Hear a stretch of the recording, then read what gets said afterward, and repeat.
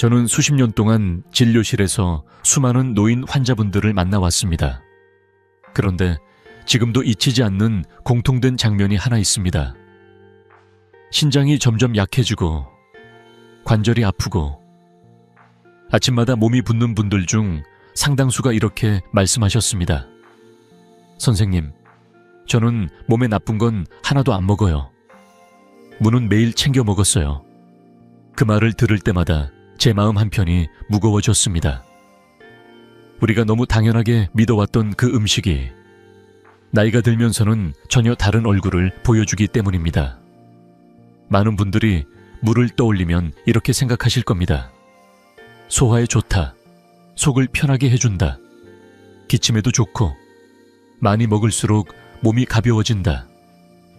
저 역시 젊은 시절에는 그렇게 배웠고 그렇게 환자들에게 권하기도 했습니다. 하지만 60세를 넘어서면서 특히 신장이 예전 같지 않은 몸에서는 같은 음식이 전혀 다른 결과를 만들 수 있다는 사실을 저는 수없이 확인해 왔습니다. 무가 문제가 되는 것이 아니라 그 물을 먹는 몸의 조건과 식탁의 조합이 문제였습니다. 몇 해 전 70대 초반의 한 환자분이 진료실에 들어오셨습니다. 특별히 기름진 음식을 드시지도 않았고 술도 거의 하지 않았습니다. 아침마다 무생채나 무국을 챙겨 드셨고 건강을 위해서라고 굳게 믿고 계셨습니다. 그런데 얼굴과 다리는 자주 붓고 무릎과 손가락 관절은 이유 없이 아팠으며 밤에는 소변 때문에 잠을 설치고 계셨습니다. 검사 결과는 분명했습니다. 신장은 이미 많이 지쳐 있었고 그 부담이 몸 전체로 나타나고 있었습니다. 그분은 제게 이렇게 물으셨습니다. 선생님, 저는 건강식만 먹었는데 왜 이런 걸까요? 저는 올해로 85살, 아직도 진료실을 지키고 있는 의사 이승호입니다. 의사로 살아온 시간만 거의 50년에 가깝고 그동안 수만 명의 환자분들의 삶을 가까이에서 지켜봤습니다. 책에서 배운 지식보다 환자들의 식탁과 생활 속에서 더 많은 답을 배웠다고 생각합니다. 오늘 이 자리에서는 제가 오랜 시간 직접 보고 듣고 느끼며 확인해온 이야기를 차분히 나누고자 합니다. 오늘 말씀드릴 내용은 물을 무조건 피하라는 이야기가 아닙니다. 오히려 반대입니다. 어떤 조합에서는 무가 신장을 괴롭히는 음식이 되지만 어떤 조합에서는 신장을 돕고 몸을 가볍게 만드는 좋은 음식이 될 수 있습니다. 절대로 함께 먹지 말아야 할 조합이 무엇인지, 반대로 신장을 살리는 조합은 무엇인지, 그리고 60세 이후 반드시 지켜야 할 식사 원칙은 무엇인지 하나씩 풀어드리겠습니다. 이 이야기를 끝까지 들으신다면 오늘 식탁에서부터 몸의 미래를 조금은 다르게 바꾸실 수 있을 겁니다. 이제 그 이야기를 천천히 시작해 보겠습니다. 같은 음식을 먹어도 몸의 나이가 결과를 바꿉니다. 이 말은 제가 오랜 시간 진료실에서 가장 뼈저리게 느껴온 진실입니다. 젊을 때는 별일 없던 식습관이 나이가 들면서는 조용히 몸을 망가뜨리는 원인이 되기도 합니다. 무 역시 그렇습니다. 우리는 오랫동안 물을 순한 음식, 몸을 정리해주는 음식으로 믿어왔고 그 믿음에는 분명 이유가 있었습니다. 예로부터 민간요법이나 한의학에서는 물을 귀하게 여겨왔습니다. 속에 쌓인 담을 풀어주고 더부룩한 소화를 돕고 몸 안에 정체된 기운과 노폐물을 밀어내는 역할을 한다고 알려져 왔지요. 실제로 젊고 건강한 몸에서는 무가 이런 역할을 충분히 해냈습니다. 기름진 음식을 먹은 뒤 무국 한 그릇을 먹으면 속이 편해지고 몸이 한결 가벼워지는 경험을 많은 분들이 해보셨을 겁니다. 저 역시 젊은 시절에는 물을 환자들에게 자연스럽게 권하곤 했습니다. 하지만 문제는 시간이 흐르면서 몸의 조건이 달라진다는 데 있습니다. 젊은 시절의 신장은 역과할 수 있는 여력이 충분합니다. 조금 짜게 먹거나 양을 과하게 먹어도 신장이 이를 걸러내고 소변으로 배출하며 어느 정도는 스스로 회복할 수 있는 힘이 있습니다. 그래서 같은 물을 먹어도 큰 탈이 나지 않았습니다. 몸이 아직 감당할 수 있었기 때문입니다. 그러나 노년기에 접어들면 이야기는 달라집니다. 나이가 들수록 신장 속에서 실제로 일을 하는 사구체의 수는 자연스럽게 줄어듭니다. 겉으로는 멀쩡해 보여도 안에서는 이미 여과 속도가 느려지고 염분이나 노폐물을 처리하는 능력이 떨어져 있습니다. 이 상태에서 예전과 같은 방식으로 음식을 먹으면 몸은 더 이상 예전처럼 대응하지 못합니다. 배출하지 못한 것들은 조금씩 몸 안에 남게 되고 그 부담은 결국 신장과 관절, 혈관으로 이어집니다. 제가 환자분들께 자주 드리는 말이 있습니다. 같은 무국을 먹어도 젊은 사람은 그걸 소변으로 시원하게 내보냅니다. 하지만 노인은 그렇지 않습니다. 노인의 몸에서는 그 성분 일부가 남아 몸속에 쌓이기 쉽습니다. 그 차이는 하루 이틀에는 느껴지지 않습니다. 그러나 몇 달, 몇 년이 지나면 부종으로, 관절 통증으로, 밤잠을 깨우는 잦은 소변으로 모습을 드러냅니다. 환자분들이 예전엔 괜찮았는데 요즘은 왜 이럴까요? 라고 묻는 이유가 바로 여기에 있습니다. 그래서 저는 물을 두고 좋다, 나쁘다로 단정짓지 않습니다. 무 자체가 문제인 경우는 거의 없습니다. 진짜 문제는 누가 먹느냐, 그리고 무엇과 함께 먹느냐입니다. 신장이 아직 여력이 있는 몸과 이미 지쳐있는 몸은 같은 음식에 전혀 다른 반응을 보입니다. 여기에 어떤 음식과 함께 먹느냐에 따라 무는 몸을 돕는 음식이 될 수도 있고 반대로 부담을 키우는 음식이 될 수도 있습니다. 이제부터는 바로 그 지점, 즉 무가 어떤 조합을 만날 때 문제가 되는지, 그리고 왜 그런 일이 생기는지를 조금 더 깊이 들여다보려 합니다. 무가 가진 성질을 이해하면 왜 특정 음식과 함께 먹을 때 몸이 힘들어지는지도 자연스럽게 보이실 겁니다. 다음 이야기에서는 무가 가진 중요한 특징 하나를 먼저 짚어보겠습니다. 이 부분을 이해하셔야 이후에 금기와 해법도 또렷하게 연결될 것입니다. 무는 깨끗한 음식이지만 동시에 무엇이든 품습니다. 이 말을 조금 낯설게 느끼실 수도 있겠습니다. 우리는 보통 무를 맑고 담백한 채소로 기억합니다. 냄새도 강하지 않고 기름기도 없고 색도 희지요. 그래서 몸에 부담이 없을 거라고 믿습니다. 그런데 진료실에서 오랜 세월 환자분들을 만나오며 저는 무가 가진 또 하나의 얼굴을 보게 되었습니다. 바로 주변의 것을 그대로 끌어안는 성질입니다. 물을 이해할 때 가장 쉬운 비유는 스펀지입니다. 스펀지는 물에 담그면 깨끗한 물도 빨아들이지만 더러운 물도 가리지 않고 흡수합니다. 무도 비슷합니다. 좋은 성분이 있는 음식과 함께 먹으면 그 도움을 함께 품지만 문제는 그 반대의 경우입니다. 소금이 많거나 자극적인 조미료가 들어간 음식, 가공식품과 함께 조리될 때 무는 그 성분들을 그대로 빨아들입니다. 겉보기에는 여전히 하얗고 순해 보이지만 속에는 이미 다른 성질이 함께 들어가 있는 상태가 됩니다. 특히 소금은 무가 가장 잘 흡수하는 성분 중 하나입니다. 국이나 찌개에 들어간 무가 유난히 맛있게 느껴지는 이유도 여기에 있습니다. 무가 국물 속에 염분을 머금으면서 맛이 깊어지기 때문입니다. 문제는 그 염분이 그대로 몸 안으로 들어간다는 점입니다. 화학 조미료나 가공식품에 들어있는 각종 첨가물도 마찬가지입니다. 무는 그것들을 걸러내지 않습니다. 오히려 자신 안에 담아두었다가 한 번에 몸속으로 데려옵니다. 젊은 몸이라면 이 정도는 큰 문제가 되지 않을 수 있습니다. 신장이 그 부담을 나눠서 처리할 힘이 있기 때문입니다. 하지만 이미 여과 능력이 떨어진 노년의 신장에서는 이야기가 달라집니다. 무가 흡수한 염분과 자극적인 성분들은 농축된 상태로 체내에 들어오게 됩니다. 국물보다 더 진한 형태로 들어온다고 생각하셔도 됩니다. 그러면 신장은 그 모든 것을 한꺼번에 걸러내야 합니다.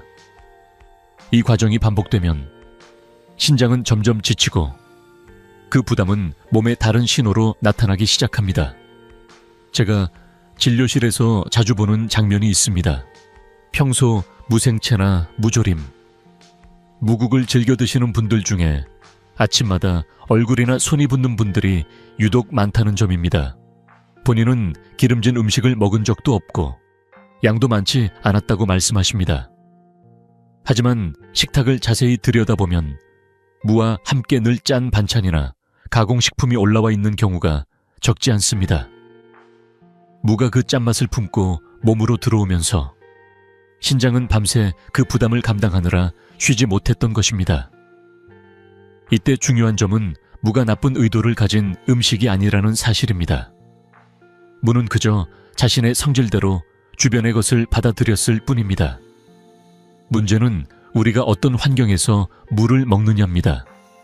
물을 깨끗한 물에 담그느냐, 짠물에 담그느냐에 따라 스펀지가 달라지듯 무 역시 식탁의 환경에 따라 전혀 다른 역할을 하게 됩니다.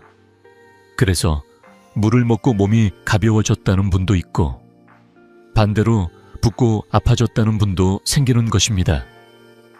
이제 여기까지 들으셨다면 무가 왜 특정 음식과 함께할 때 부담이 커지는지 조금은 감이 오셨을 겁니다. 그런데 무의 성질은 여기서 끝이 아닙니다. 무에는 또 하나, 노년의 몸에서는 특히 조심해서 이해해야 할 특징이 있습니다. 바로 몸의 수분 흐름을 빠르게 만드는 힘입니다. 다음 이야기에서는 이 성질이 왜 신장을 더 지치게 만드는지, 그리고 어떤 상황에서 문제가 커지는지를 차분히 이어서 말씀드리겠습니다. 문제는 소변이 많이 나온다는 데 있지 않습니다. 많은 분들이 이렇게 생각하십니다. 화장실을 자주 가면 몸이 깨끗해지는 것 같고 노폐물이 잘 빠져나가는 느낌이 들어서 오히려 좋다고 말이죠.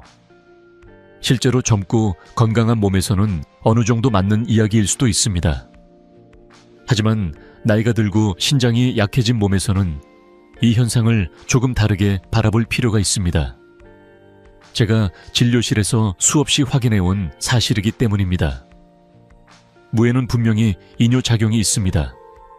몸속에 들어온 수분의 흐름을 빠르게 만들고 소변 배출을 촉진하는 성질이지요. 이 자체가 나쁜 것은 아닙니다.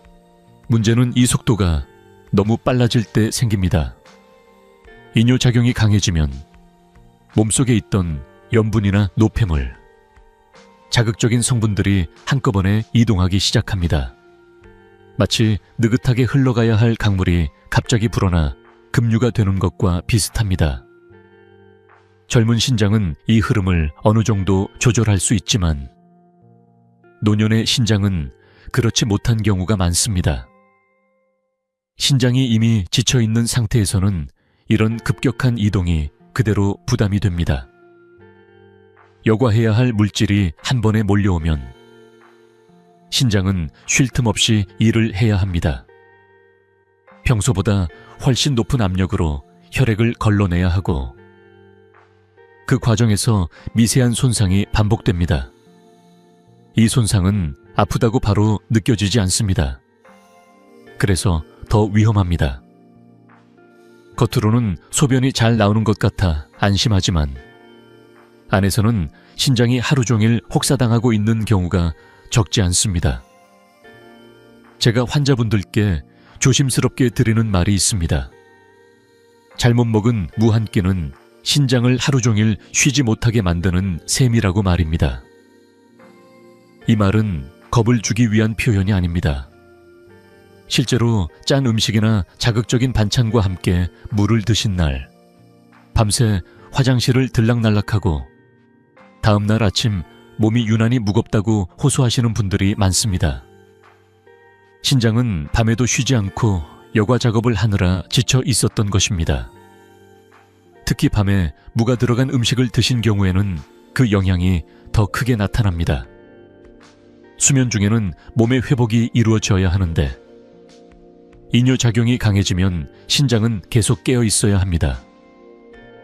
그래서 아침에 일어나면 개운하기보다 피곤하고 얼굴이나 손이 붓는 느낌을 받게 됩니다.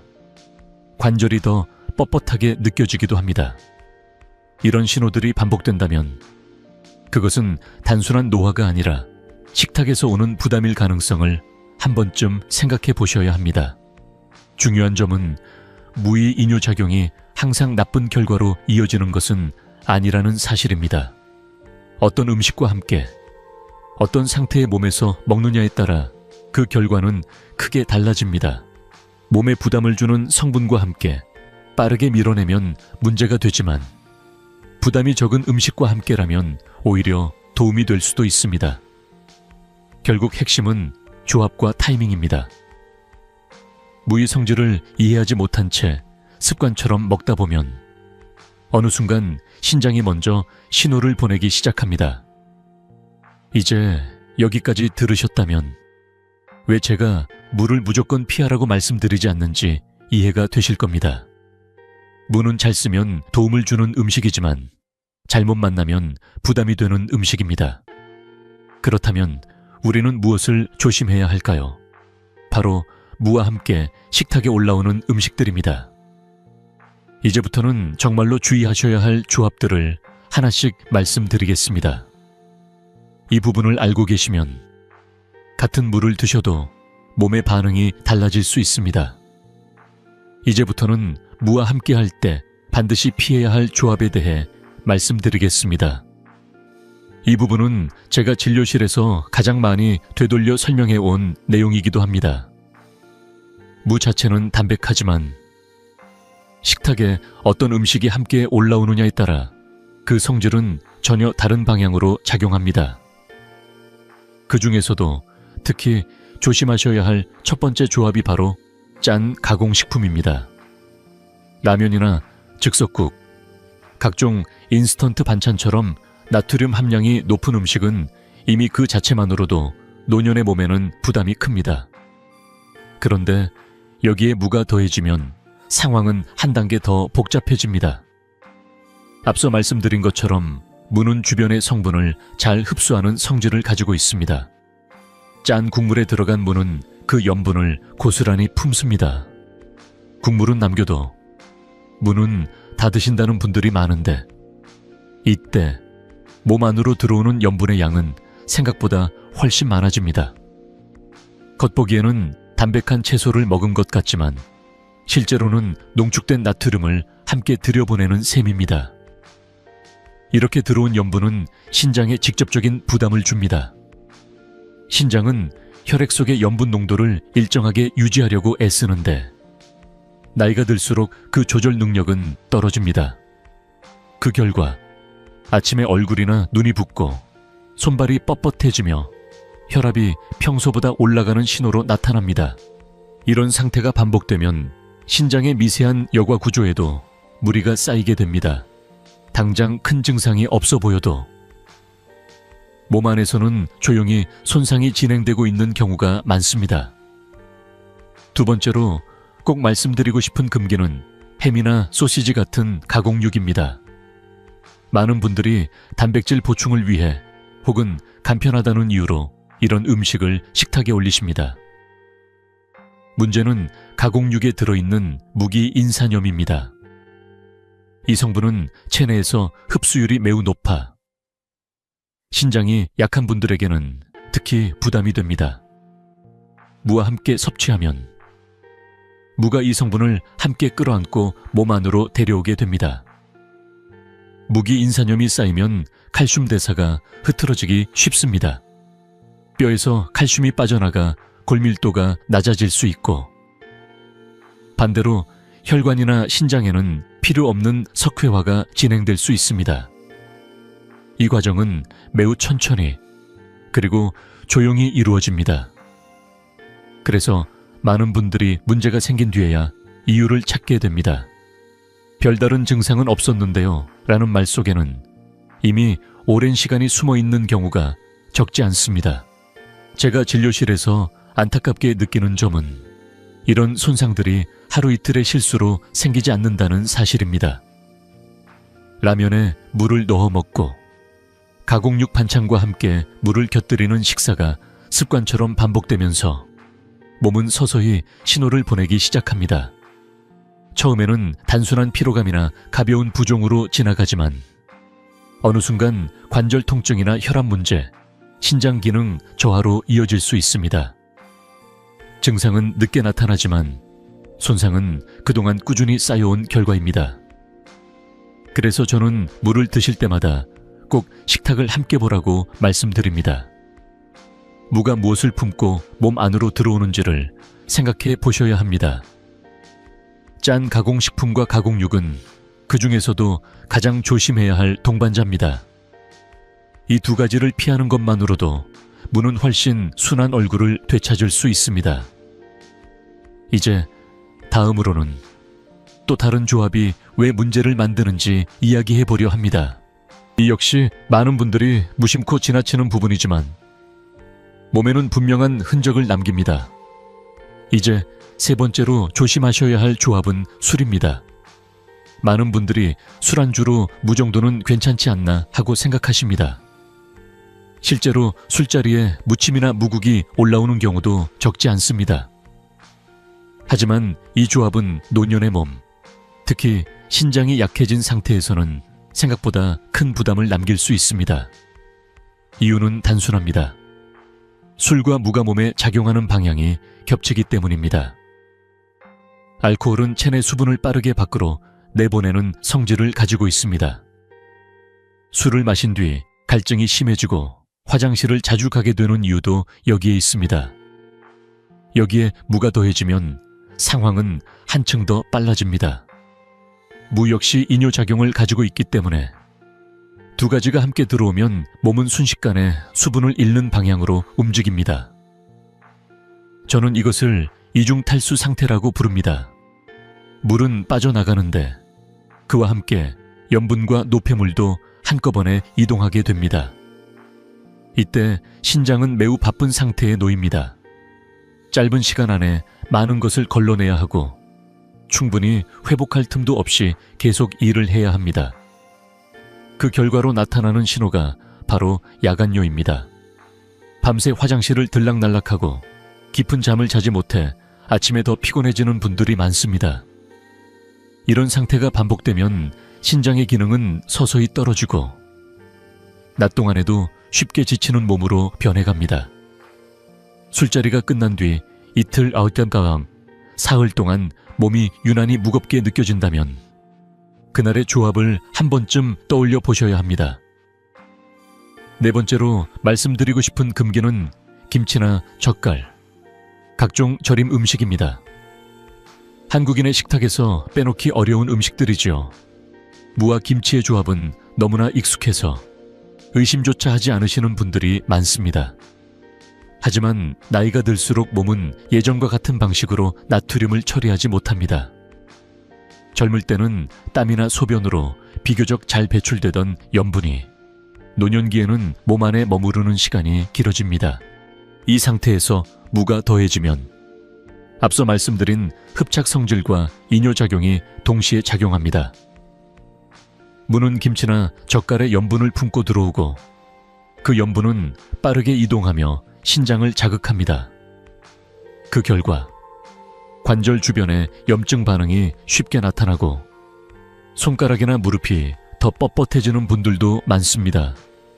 김치를 조금 먹었을 뿐인데 관절이 아프다고 느끼신 적이 있다면 그 곁에 무가 있었는지도 함께 떠올려 보시기 바랍니다. 특히 조심하셔야 할 시간이 있습니다. 아침 공복입니다. 밤새 수분이 부족해진 상태에서 짠 절임 음식과 무가 함께 들어오면 신장은 시작부터 큰 부담을 안게 됩니다. 몸이 아프거나 컨디션이 떨어졌을 때도 마찬가지입니다. 회복해야 할 시기에 오히려 여가 부담이 커지면서 몸은 더디게 회복됩니다. 저는 아픈 날일수록 식탁은 더 단순하고 순해야 한다고 말씀드립니다. 이 네 가지 조합, 술과 무, 그리고 절임 음식과 무는 대부분 습관처럼 이어져 온 식사 방식입니다. 그래서 더 위험합니다. 눈에 띄는 문제를 바로 만들지 않기 때문에 괜찮다고 착각하기 쉽습니다. 하지만 몸은 거짓말을 하지 않습니다. 반복된 부담은 결국 신호로 돌아옵니다. 이제 여기까지 들으셨다면 물을 피해야 할 이유가 아니라 물을 어떻게 먹어야 하는지가 더 중요하다는 점이 느껴지실 겁니다. 그렇다면 반대로 물을 몸에 도움이 되게 만드는 조합은 무엇일까요? 다음 이야기에서는 무가 신장을 돕는 음식으로 바뀌는 순간을 함께 살펴보겠습니다. 이제부터는 물을 피해야 할 때가 아니라 어떻게 먹으면 도움이 되는지를 말씀드리겠습니다. 앞에서 여러 금기를 이야기하다 보니 무가 마치 부담스러운 음식처럼 느껴지셨을지도 모르겠습니다. 하지만 무는 잘만 만나면 노년의 몸에 든든한 조력자가 될 수 있습니다. 그 첫 번째 좋은 만남이 바로 닭고기 살코기입니다. 닭고기. 그 중에서도 껍질을 제거한 살코기는 노년기에 가장 부담이 적은 단백질 중 하나입니다. 기름기가 많지 않고 소화가 비교적 쉬워서 신장이 약한 분들도 비교적 편안하게 받아들일 수 있습니다.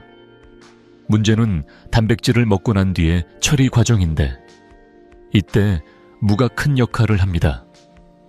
무는 단백질 분해를 돕는 성질이 있어 닭고기와 함께 먹으면 소화 과정이 한결 부드러워집니다.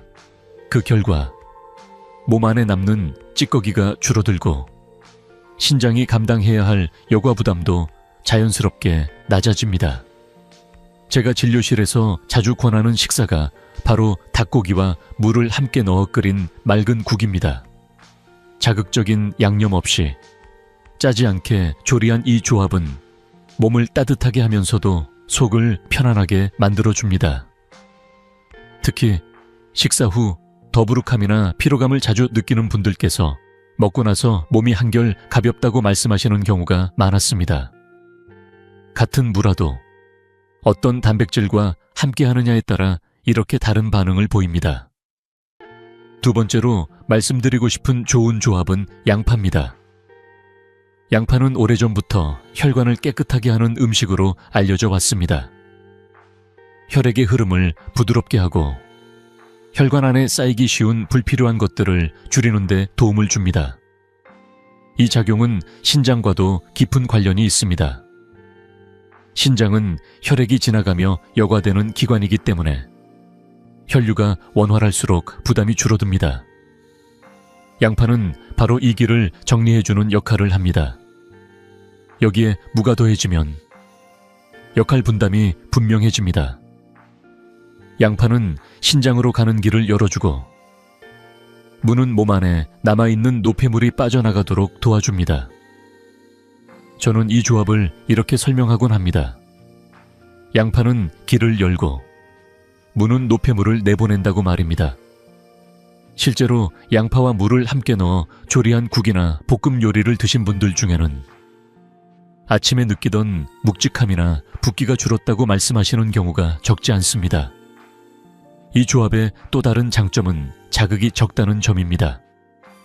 양파의 단맛과 무의 시원함이 어우러지면 굳이 많은 소금이나 양념을 넣지 않아도 충분한 맛을 냅니다. 이는 곧 나트륨 섭취를 자연스럽게 줄이는 결과로 이어집니다. 신장을 쉬게 하면서도 식사의 만족감을 놓치지 않는 방법이 바로 이런 조합에 숨어 있습니다. 물을 먹을 때마다 무엇을 더할지 고민이 된다면 닭고기, 살코기와 양파를 떠올려 보시기 바랍니다. 이 두 가지는 무의 성질을 부드럽게 이끌어주고 노년의 몸이 감당할 수 있는 방향으로 작용하게 합니다. 금기를 피하는 것만큼이나 이런 좋은 조합을 생활 속에 자연스럽게 들이는 것이 중요합니다. 이제 무가 어떻게 신장을 돕는 음식으로 바뀔 수 있는지 감이 오셨을 겁니다.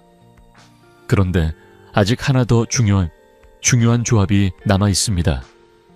특히 신장이 약하고 몸이 쉽게 차가워지는 분들께 꼭 도움이 되는 만남입니다. 다음 이야기에서는 노년의 몸에 가장 안전하고 균형 잡힌 무의 동반자를 함께 살펴보겠습니다. 무와 잘 어울리는 또 하나의 좋은 동반자는 두부입니다. 두부는 노년의 몸을 생각할 때 가장 먼저 떠올릴 수 있는 순한 단백질입니다. 고기처럼 자극적이지 않고 소화 과정도 비교적 부드러워서 신장이 약한 분들에게도 부담이 적습니다.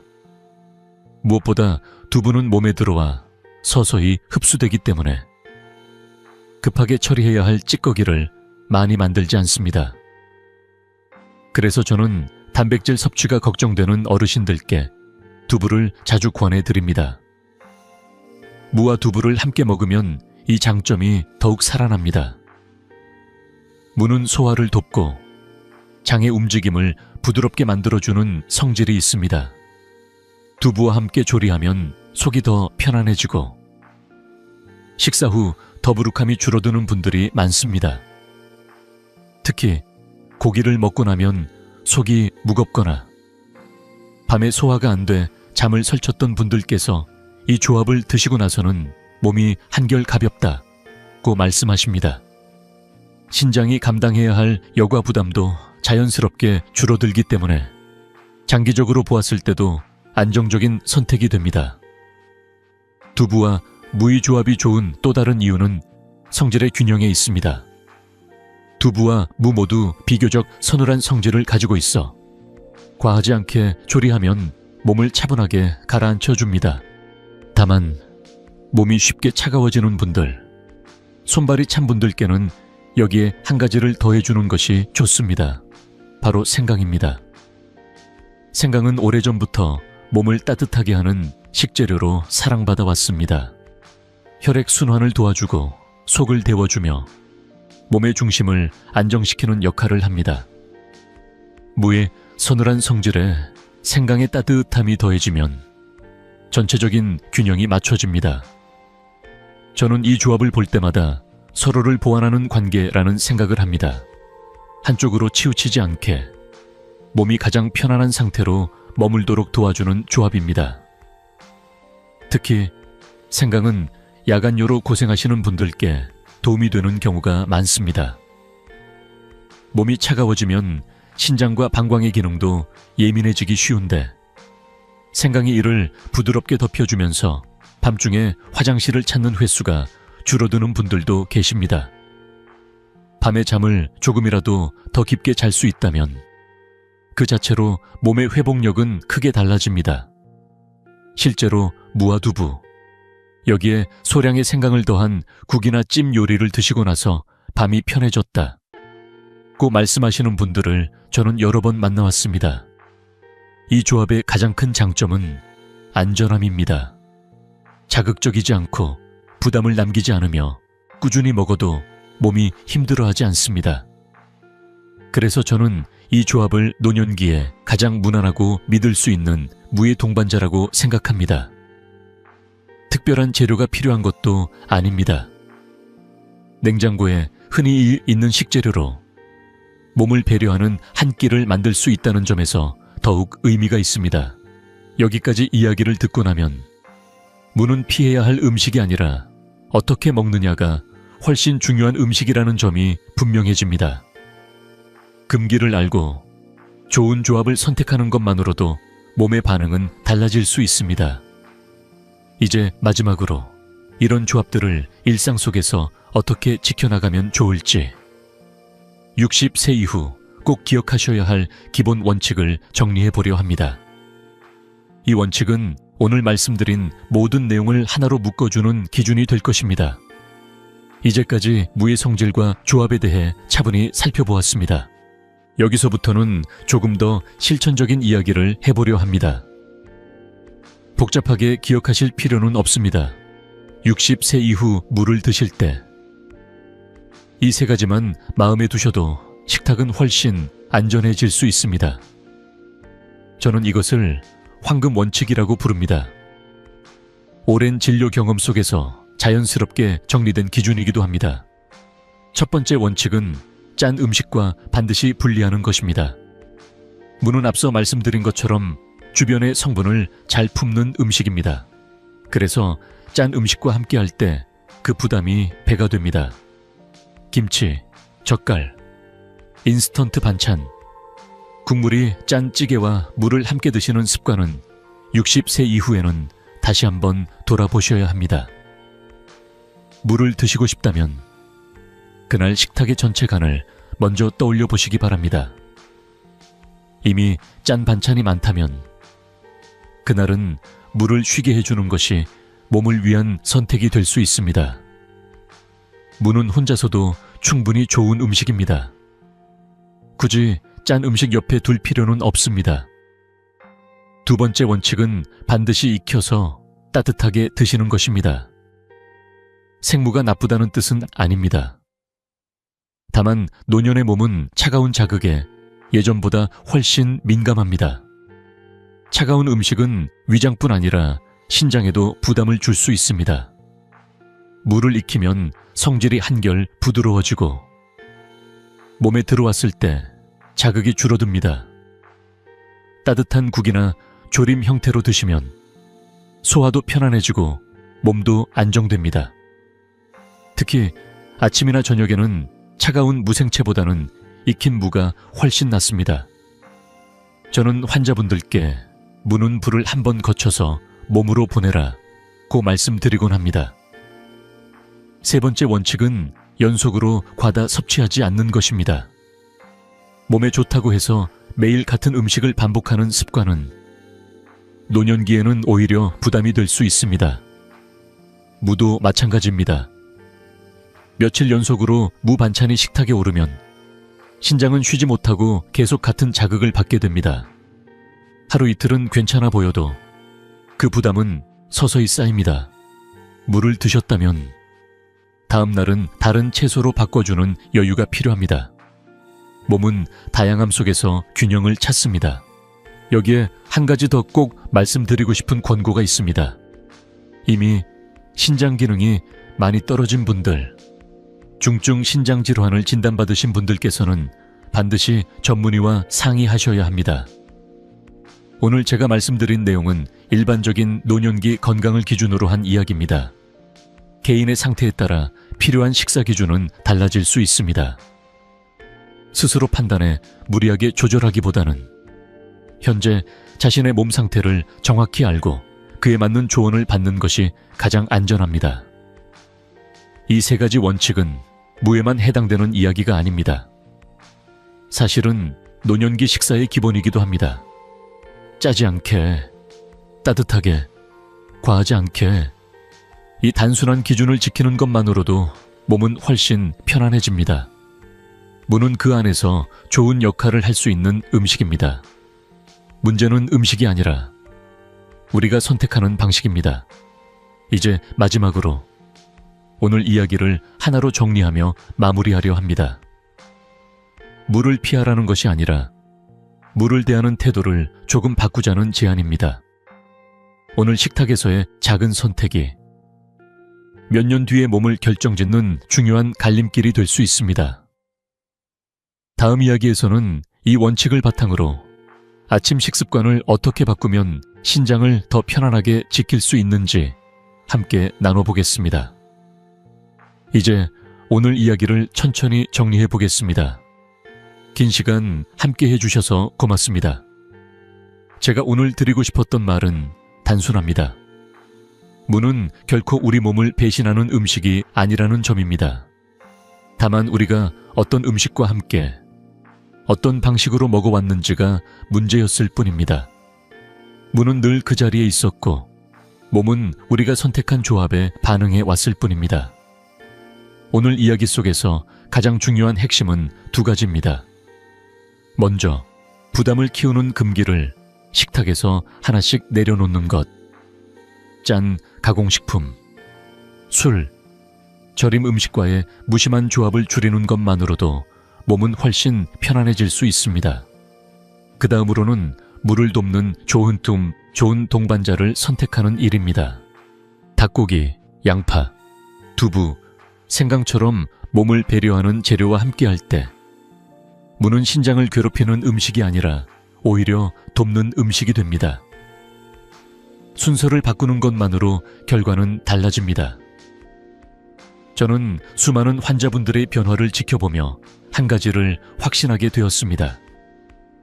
약보다 오래 남는 것은 매일의 식탁이라는 사실입니다. 오늘 어떤 음식을 어떻게 먹느냐가 10년 뒤 관절의 움직임과 신장의 여유를 결정합니다. 거창한 변화가 필요하지 않습니다.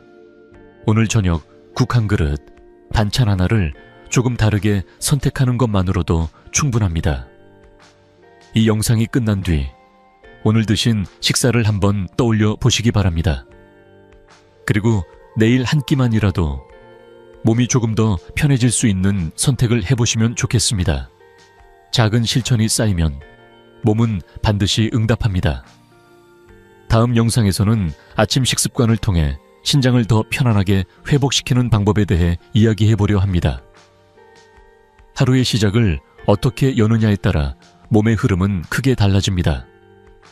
도움이 되셨다면 구독과 함께 다음 이야기도 이어서 들어주시면 감사하겠습니다. 오늘도 자신의 몸을 소중히 여기며 이 자리에 와주신 여러분께 진심으로 고맙다는 말씀을 드립니다. 내일의 몸이 오늘보다 조금 더 편안해지기를 바라며 저는 여기서 인사드리겠습니다.